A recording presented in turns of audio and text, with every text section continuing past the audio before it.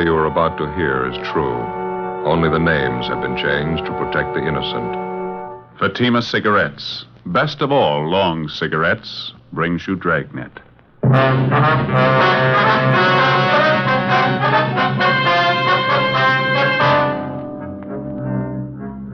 You're a detective sergeant. You're assigned the homicide detail. A well-known businessman in your city disappears suddenly from his home. He's seen driving away from the house in the company of two unidentified men. There's no explanation for it. Your job? Find him. How does Fatima compare with other king-size cigarettes? Fatimas are the same length and circumference, 85 millimeters long, 1 1/64 inches around. And Fatima filters the smoke exactly the same long distance as any other king-size cigarette. Tell me then, how is Fatima different from other king-size cigarettes? In Fatima, the difference is quality. Fatima gives you extra mildness, a much different, much better flavor and aroma. Remember, Fatima has all the advantages of extra length plus Fatima quality, which no other king-size cigarette has. So, insist on the best. Smoke king-size Fatima, best of all long cigarettes.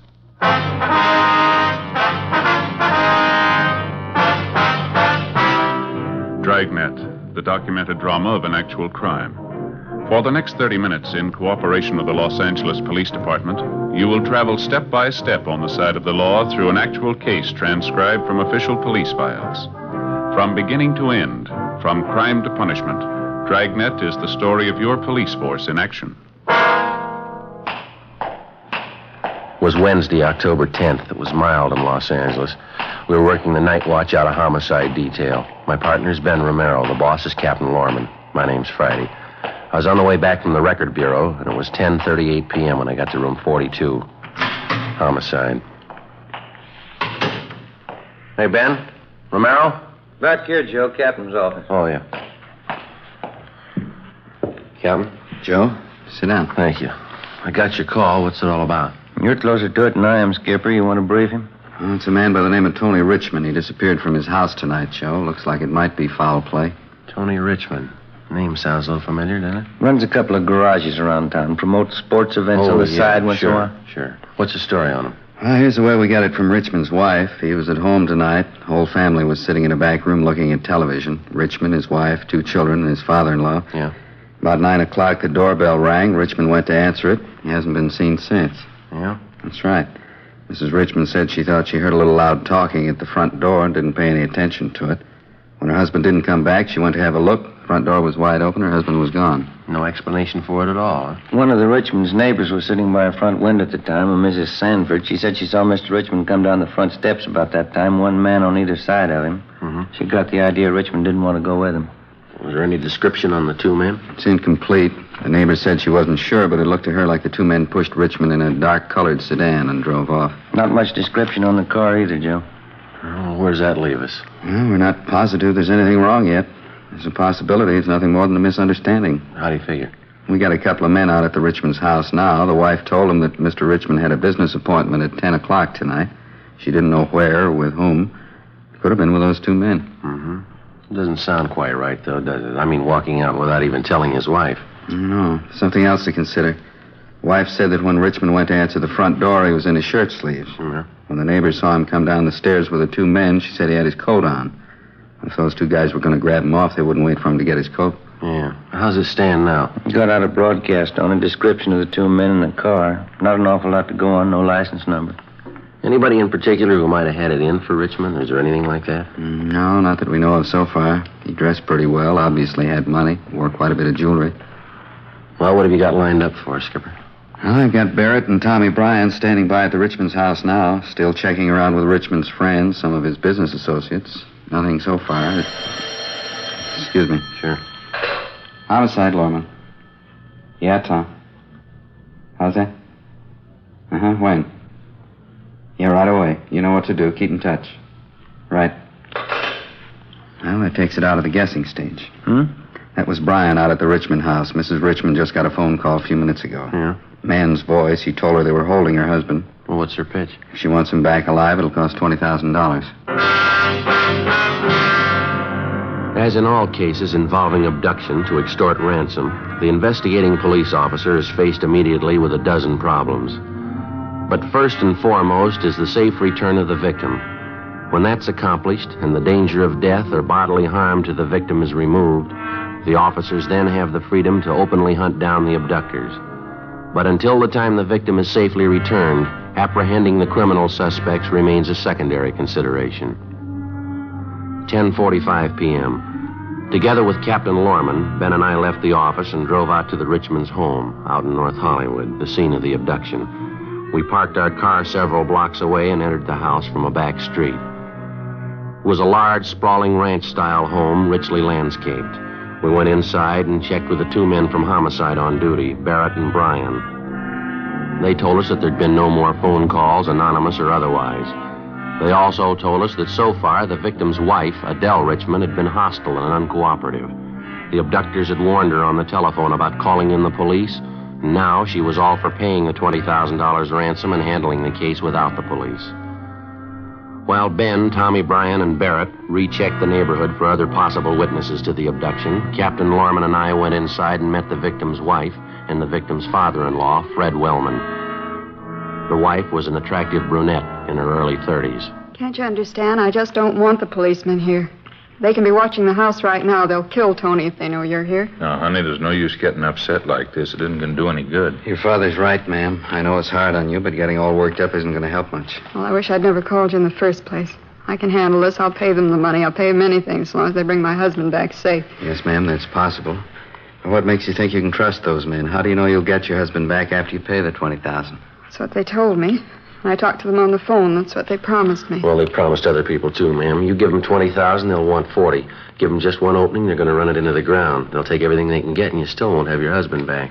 Well, there's no other way. I have to take the chance. I have to. There is another way, Miss Richmond. That's why we're here. What if it gets in the papers, publicity? Those men are bound to hear about it. There won't be a line in the newspapers, I promise you that. As far as we're concerned, the only men who'll know about it will be the officers working the case. We'll do everything we can, ma'am, but we're going to have your cooperation. I don't know. If anything happens to Tony... I've got to sit down. I can't even think. I'm so worried. That's it, honey. Here, you sit here. I'll get you some coffee. Good hot cup of coffee. Would you see how the children are, Dad? See if they're covered. Yeah, sure, honey. You just rest. You care for some coffee, officers? No, sir. No, thank you. All right. Now, about that phone call that you got, Miss Richmond. They told me $20,000. If they get it, they'll let Tony go. What else did they tell you? That's all. They had Tony, and that if I wanted to see him again alive, we'd have to pay $20,000. Well, what about the arrangements for delivering the money? Did you discuss that at all? No, all he said was get $20,000 in small bills. He said that, too. He said he'd contact me later about delivering the money. Officer, I can't get that much money together tonight. I don't think you'll have to, ma'am. I'm pretty sure the abductors know that, too. Now, how about the voice on the phone, Miss Richmond? Is there any chance that you might have recognized it? No, I haven't any idea who it was. Well, did he give you any hint at all as to about how much time that you'd be allowed to get the money together? Well, he said he'd call later on. I got the idea he meant later on tonight. He told me he'd have more instructions for me then. I'd like to ask you once more, Mrs. Richmond, can you think of anyone who might try something like this on your husband? Maybe somebody who needed money, who carried a grudge against Mr. Richmond? No one at all. Tony always got along very well in business. He works hard. He works awfully hard. I'm sorry, officer. I can't help thinking the whole thing would be better all around if I just pay the money and make them let my husband go. No, it's just the point, ma'am, like we said. How do you know they're going to let him go? If they can make $20,000 overnight, it's a good bet they're not going to let him go that easy. You can't make those kind of deals with them, now believe us. Tony? What can I do, if anything? I brought your coffee, Del. Good hot coffee. I looked in on the children. They were covered. And now you try some of this coffee now. Thank you, Dad. Well, what are we going to do, officers? We can't just sit here and wait. There's a few things I'd like to brief you on to start with.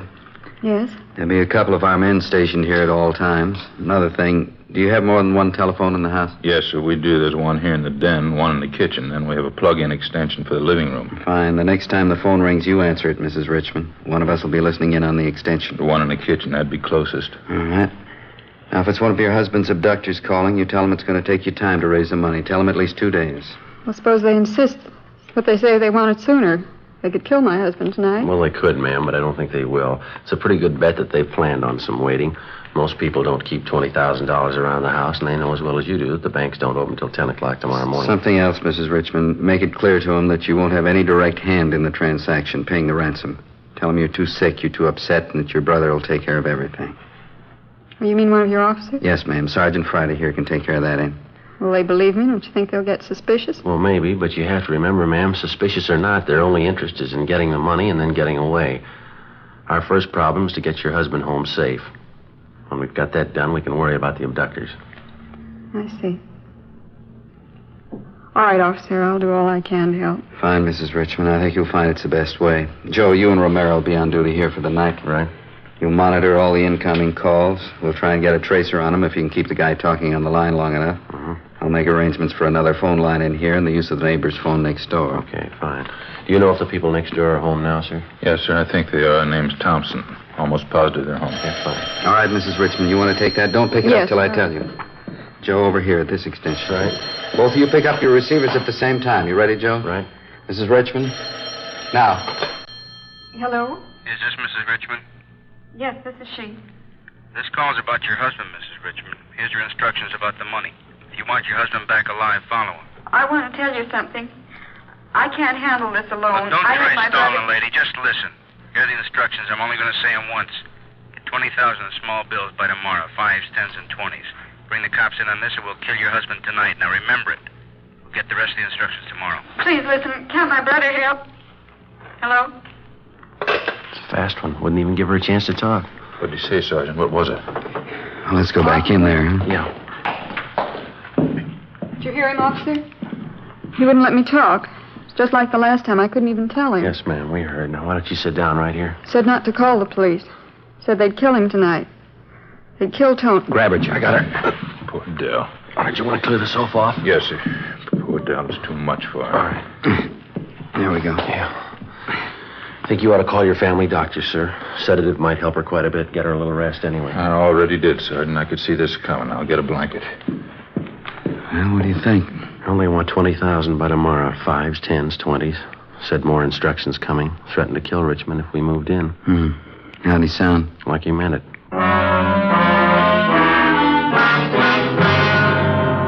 12:35 a.m. Captain Lorman and I remained by the phone. The family doctor arrived, gave Mrs. Richmond a sedative, and she lay down for a rest in her room. Barrett, Tom Bryan, and Ben came back to the house just before 1 a.m. They had a few more details on the description of the car used by the abductors, which they'd gotten from residents in the neighborhood. The information was relayed to communications, and a supplementary broadcast and an APB were gotten out. Ben and I stood watch at the house for the rest of the night, but there were no more calls. In the early morning, stakeouts were set up at the victim's place of business and also at the banks where he maintained his accounts and safety deposit boxes. That night, Ben and I still were at the Richmond place, standing by at the phone. There'd been no contact from the abductors during the day. We waited. Midnight. 3 a.m. 6 a.m. No word. Another day passed. And then another. Still no contact. No trace of Mr. Richmond or his abductors.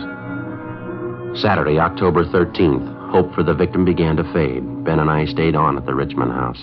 Say, could I get you officers something to eat, maybe? A nice piece of cold beef in the icebox. Could make you a sandwich. No, Thank you. Just the same, sir. How's Mrs. Richmond tonight, sir? She feeling any better? My daughter, no better. She took a couple of pills the doctor gave her, trying to get a few winks of sleep, poor girl. Well, there's no use you sitting up with us, sir, if you'd like to get a little sleep yourself. No, I'd just soon sit up. Couldn't sleep anyway. Hey, I don't suppose either of you would care for a little nip. Huh? No, sir, no thanks. Guess you wouldn't mind if I had one myself. Seems lately that's the only thing that relaxes me. Go right ahead. When you get to be my age, a little bit helps now and then. Oh, there's some new magazines on the table there. Might help to pass the time for you. Thank you, sir. 3 days now. Not even a word about Tony. What do you really think, officers? Well, it's pretty hard to tell, Mr. Wellman. We're doing everything possible to find your son-in-law. There's not much to go on so far. Funny thing about Tony. Young fella, ambitious. Look what happens. Yes, sir. Wouldn't mind if I turn on the radio here, would you? I'll keep it low. No, sir. Go right ahead. sir. Yeah, it's a funny thing about Tony. The day he married my daughter, I knew he was going to make it. Bright fella, Tony. Sure been good to me. That's so? Sure thing. Took me in right after the wife died. I was out of work at the time. Been with him ever since. Attend the garden, kind of clean up things. Tony's always been real good to me. No in-law trouble, nothing like that. Mm-hmm. And look what happens. Young fella starts with almost nothing. Builds a good business, family, nice home. Just look what happens. Oh, there's no need to give up yet, sir. There's a good chance he's still all right. I don't know. I guess I just got a feeling about it. How do you mean? About Tony. He's a fine young man. Things like this, they always happen to the fine young man. You take me, for instance. I wouldn't make money the way Tony does. Build a big business the way he has. I guess that's why I'd never be in the trouble he's in. I don't think I follow you. Guess I never wanted it, Sergeant. Couldn't get interested in making money. You break your back like Tony does. You work, you get a big bank account. Yeah. Get the home, the big car, and the swimming pool. You work for it like Tony did. You work hard. You get your big checkbook and everything you want. Just look what happens. Poor Tony works night and day for the money. Right now, he's no better off than the guy who's only worth a dime. They don't hold beggars for ransom, do they? Say, excuse me, sir. I wonder if you have an extra book of matches around. I believe I'm out. Well, sure thing, Sergeant. I got some in the kitchen. Sure you wouldn't care for a little nip? No, sir, no thanks. Think I might. A little bit helps now and then. Ben? Yeah. Wonder what he means by every now and then. You want to grab the extension out in the kitchen? Right. Wait till I say, huh? Now. Hello? Is this Sunset 18046? Yeah, that's right. Was Mrs. Richmond there? No, not right now. This is her brother talking. Is there any message? I want to talk to Mrs. Richmond. Well, she's not here. Have you got a message for her? Who'd you say this is? Well, this is her brother talking. If you'd like to leave a message for Ms. Richmond, I'll see. This isn't her brother talking. I know his voice. Who is this? Well, maybe you can tell me who you are. This is Tony Richmond. Where's my wife? Richmond, where are you? Who is this? Where are you? I got away from her. Way out in the valley, a dairy range near Sepulveda. Are you a cop? Where can we find you? About a mile from Telegraph Avenue in Sepulveda. A road in the middle of a dairy farm. If you're cops, you drive out with the red light on and honk the horn. How soon can we meet you? A half hour. You get out of your car and stand right in front of the headlights. I'll be watching you. I want to get a good look at you. All right, half an hour. Something else. I got hold of a gun. Yeah? And if you're not cops, I'll know what to do.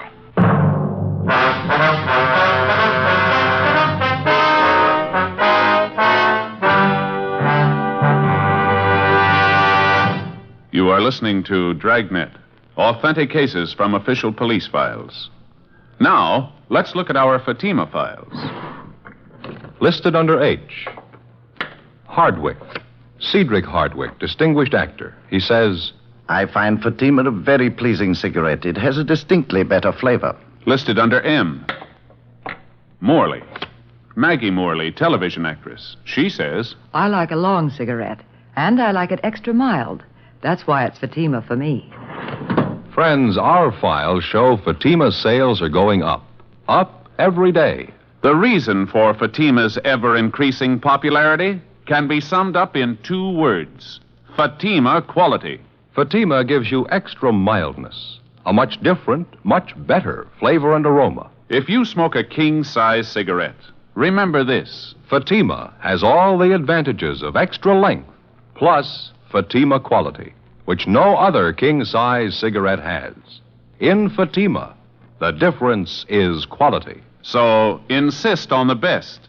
Insist on king-size Fatima. Next time, buy Fatima in the distinctive golden yellow package.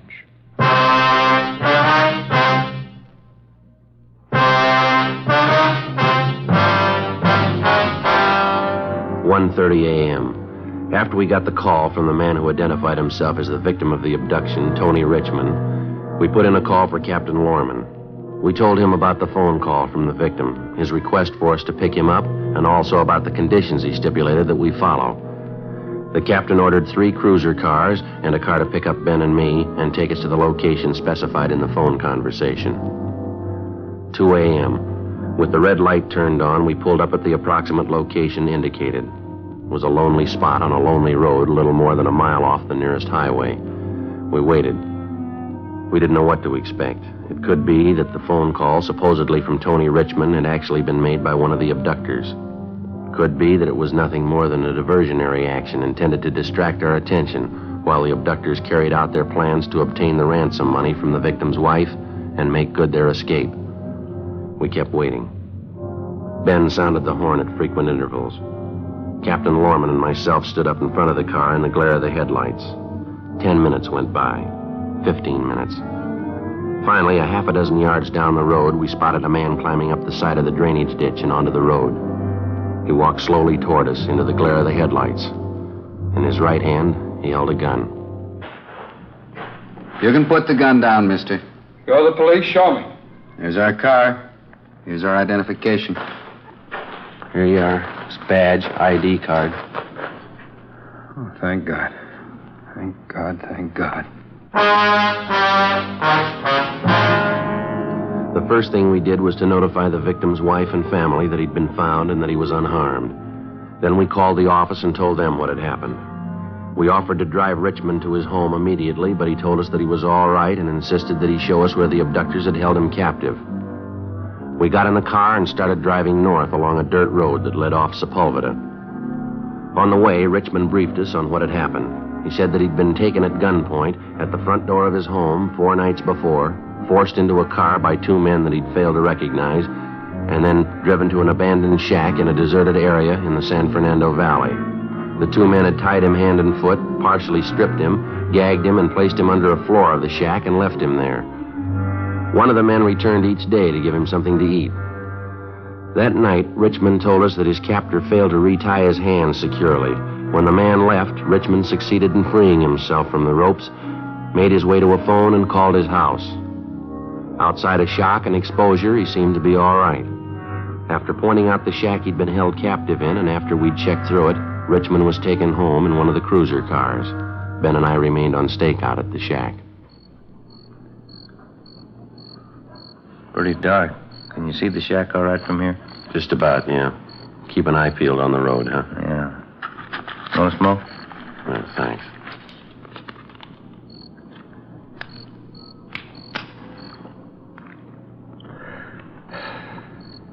We waited. Nothing happened. 3 a.m. 3:30. No sign of the suspects. 4:30. 5 a.m. 5:12 a.m. Ben spotted the headlights of a car at least a mile down the road. We watched them come toward us. When it got close enough, we saw it was a dark-colored late-model sedan. It fitted the description of the abductor's car perfectly. It swung off the dirt road and pulled to a stop near the shack. 1 man got out.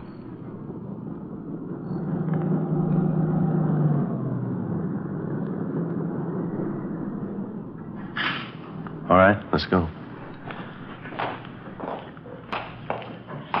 All right, Mr. Police Officers, hold it right there. Down, Joe. See him, Ben? Yeah, I ducked behind his car. All right, throw out your gun. I'll give it back. You got some good cover, Joe. All right, let's go. Come on, move in. Easy. All right! Here's my gun. Out from behind the car, hands behind your head. Cover me, Joe. I'll shake him down. Right. All right, hold it right there. Okay, Joe. He's clean. All right, hands behind you. Sure like to play it safe, don't you? Handcuffs? They work pretty good, mister. Much better than rope. We called the office. A relief team came out to replace us on stakeout, and we took the suspect downtown to the interrogation room. He was checked through R&I and identified as Gerald Adams, a one-time loser. Together with Barrett and Bryan, we questioned the suspect. For 3 hours, he refused to admit that he had any part in the abduction of Tony Richmond. We gave up for the time being, took him to the main jail where he was booked on suspicion of kidnapping. A little after 11 a.m., Gerald Adams' partner showed up out at the shack in the valley. He was taken into custody. He was brought downtown, confronted with the evidence against him, and he gave us a full statement admitting his guilt. Late that afternoon, we went back to the main jail, signed out Adams for investigation, and brought him back to the interrogation room. Have a seat, Adams. Yeah. Okay, what is it this time? Same as before, Adams. What do you say? You going to tell us about it? I told you my story this morning, mister. You got it all. Thought maybe you'd like to know. We picked up your partner. He gave us a signed statement. Here's a copy of it. Have a look. It's down in black and white. Your partner says you were in it with him all the way. What'd you say, Adam? Doesn't mean anything to me. You probably forced it out of him. Well, that's not what he says. He blames the whole thing on you. Says you set up the deal, you gave the orders, you made the phone calls for the ransom money. Says that's the way he's going to tell it in court. He's going to need a lot of proof. He gave it to us. He showed us your apartment, a couple of ransom notes you'd written, showed us the typewriter you wrote them on, showed us the clothes you wore the night you grabbed Mr. Richmond. He's a liar. Not according to our crime lab, he's not. They checked over the clothes, found particles of dirt and pollen in the trouser cuffs. They match up with samples we took from that field out by the shack. Well, it ain't true. None of it's true. You guy's a liar. Well, there's his statement, Adam. It's all there. If you got any corrections in the story, now's the time to make them. Adams? There's only one thing I want to know. Yeah? How did it happen? How'd you get a line on us? Richmond got away from the shack. We staked out on it till you came along. Doesn't figure. He couldn't have gotten away. I had it all worked out. Your partner didn't. I showed him just what to do, how to handle the thing. I showed him where to hide Richmond. Couldn't have goofed up. I showed him the whole routine. Well, there's one thing you didn't show him. Yeah? How to tie a knot.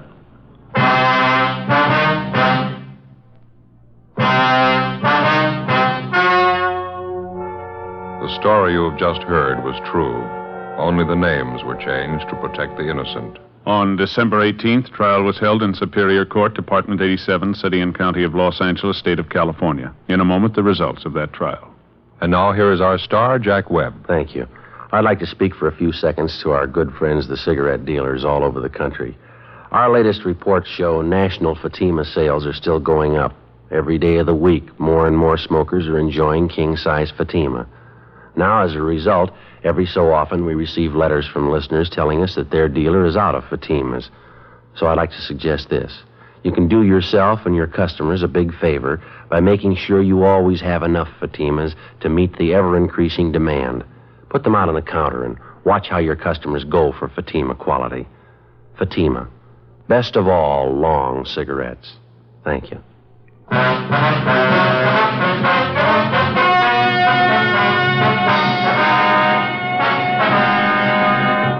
Gerald Adams and his accomplice in the abduction of Tony Richmond were tried and convicted in Superior Court of kidnapping.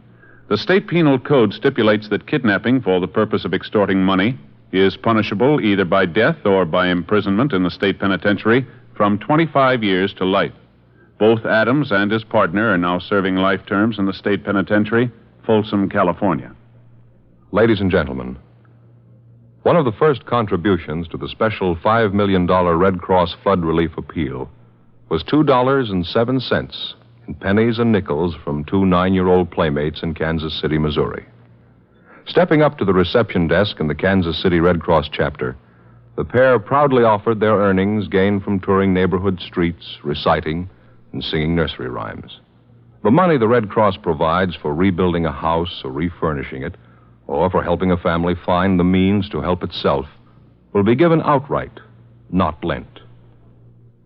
These were the words of President Truman in asking the American public to contribute at least $5 million to the Red Cross to aid the disaster-stricken people of Kansas, Missouri, Oklahoma, and Illinois. Won't you help through your local Red Cross chapter?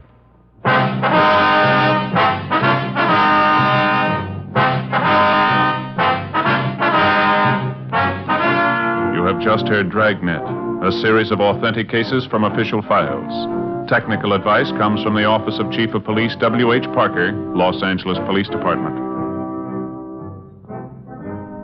Fatima Cigarettes, best of all long cigarettes, has brought you Dragnet, transcribed from Los Angeles. Stay tuned for Counter Spy next over NBC.